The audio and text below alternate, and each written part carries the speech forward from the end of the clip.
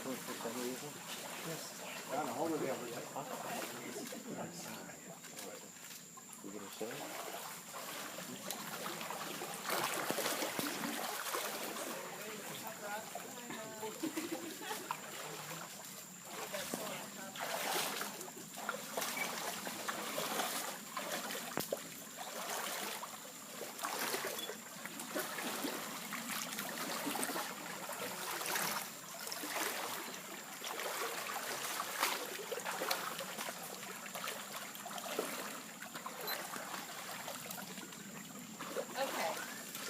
Give everybody just a couple minutes to get settled, get your composure, get good solid footing. We're going to be here for a couple of minutes, and we'll begin the ceremony in just a couple seconds.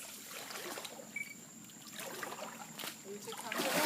Ready to go? Mm-hmm. Yeah. Well, first of all, I would like to thank you all for coming out today. It's very nice to see friends and family gathered together on such a joyous occasion. And I also want to welcome you to Fakahatchee Strand Preserve State Park, the largest strand swamp in the world. By the way, a strand swamp is an elongated swamp 5,000 years by rainfall. Thank you, Mike. Thank you. We are here to celebrate one of life's greatest moments, a celebration of the joining of two hearts in love. Today is the day we unite Mike and Donna in marriage. Mike and Donna, marriage is one of the most precious gifts in life. It is a choice you make, not just on your wedding day, but over and over again. And that choice is reflected in the way you treat each other. You will have times of challenge, times of conflict, yet times of the greatest joy. Love is the strongest bond, and the sweetest nourishment you can ever experience. Everything you have ever done, and all that you have ever learned, has brought you to this moment, as you now stand before one another. Though you will cherish the memories of your individual pasts, today you move forward and create a new life together. Mike and Donna, at this time I invite you to share your personal sentiments for one another. And I will have you go first, Donna. Do you want a little assistance? Well, I was just gonna, I guess everybody knows when I first met Mike on a swamp walk, we came to West Slough, and he gave us the little intro out there, and you were about as loud as you were this morning because I could hear you way down there. I said, darn it, I'm not going to see any birds today with this guy, so... And then he started flailing his arms, as usual, talking about the Faka habit. And boy, did I think that was corny. Oh, I was probably rolling my eyes. But you know who caught the Faka habit the worst? And the Micah habit. So I knew we had a lot to share when I first met you. We have everything in common, like so many things. It's amazing. And you call that MO, maximum overlap. So he said that, you know, good formula for a successful relationship. Anyway, I just say that today I'm going to join my life with yours. Mike. Where do I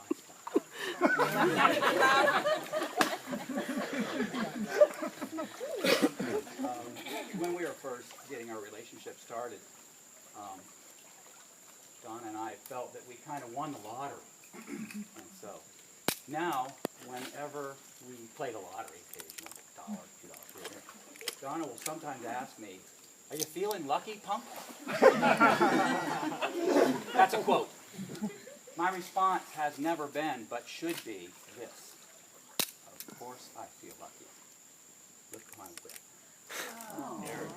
From now on, that's my response. The next time she says that. Lichens. I learned from John that lichens are an algae and a mutualist relationship of fungi. He calls it obligate mutualism.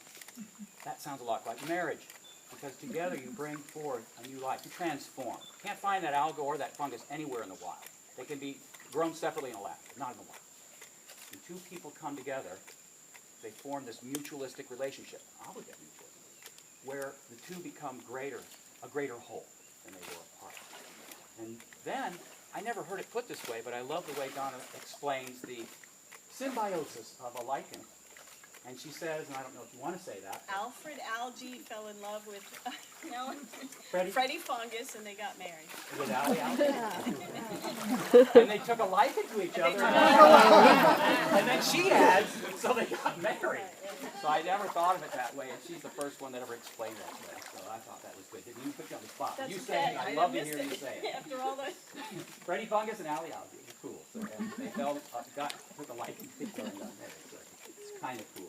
But anyways, we're better together than we are apart, just like that. Another thing that we've come upon is the pink flamingo.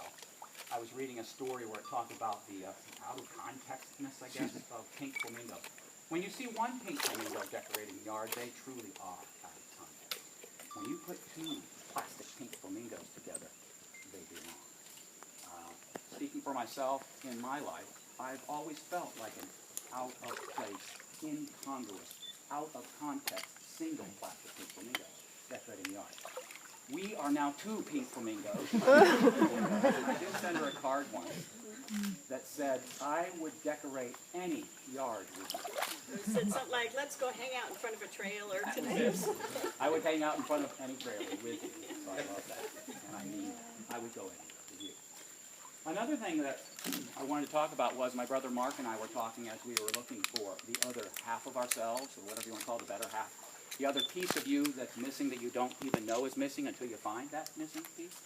And Mark and I postulated that should this other self, the other part of you, keep you in your comfort zone or coax you out of your comfort zone? I think we both agreed, and I know I've come to the conclusion now after meeting Donna, that it is both, because that other part of you expands your comfort zone.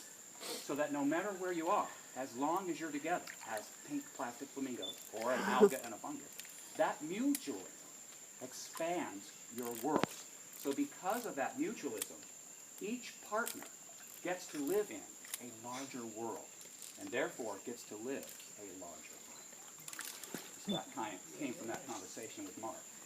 I was also talking to Greg. Where's Greg? Hey. and my younger brother Greg. And that leads me to my next one. Barb and I were having a discussion. Where's Barb? A few years ago over the phone. She was giving me a bunny report. And we're always calculating, documenting, and recording numbers. And we got talking about, I think our conclusion was perhaps, and I think I got that word from Jimmy. Where's Jimmy? There he is. He says perhaps a lot. And Bobby. Jimmy and Bobby say perhaps, and I love that word, so I'm going to try to start saying it more. I even worked it into a wedding vow. It's a good word, and it bears You're welcome. It's a good word. It's a non-committal word. And so, perhaps, I think Barb and I came to this conclusion, perhaps the most valuable treasures in this life that we get to live, that we're privileged enough to live, and as Greg reminded me, it's those intangibles, the things that cannot be measured. Perhaps the most valuable treasures in our life are the intangibles, the things that you cannot measure. My example is, I brought the poll today because Donna teases me about taking notes all the time. And I do. I take notes. No notes on the honeymoon. I take notes. How high is this ghost orchid? 3.1 feet high. What kind of tree is it growing on? I'll pop that. What side of the tree is it growing on? The north side. And how deep is the water at that ghost orchid? 1.24 feet. So those are things that I do as a biologist and as a career. Scientists are always looking for data because we want to crunch numbers and find out, we're interviewing the plant. And so we want to crunch that data and figure out, what are the patterns of life? All right? So Barb and I came to the conclusion, perhaps the most valuable things in life are those intangibles, which you cannot measure with a measuring stick. I can measure the distance to you guys, I can measure the water depth of an orchid, but the really important things in this life cannot be seen. They are intangible. They're friendship, they are compassion, and they are joy. The other one is love. You cannot see love, but you can feel it. And you know it when you're there. And we are there. And so I just reminding myself, as much as I love collecting data, there are things that cannot be measured, by a measuring tape or recorded in a notebook. And I found that with Donna. Here's my ending.